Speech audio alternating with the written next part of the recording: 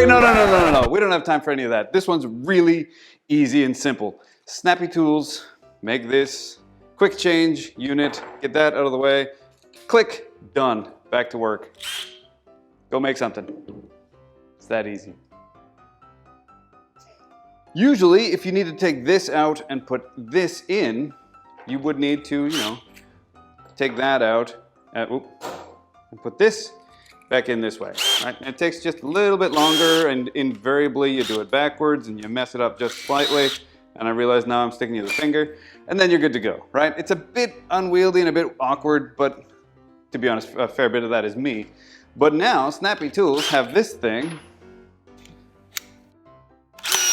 right? That just makes it so that you just push it in and it's there. Ta-da! Super easy. Love it. And to take it out, you just pull it back and release it. It's that easy. Go make something.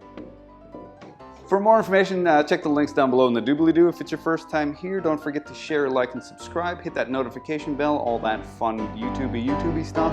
I will see you when I see you.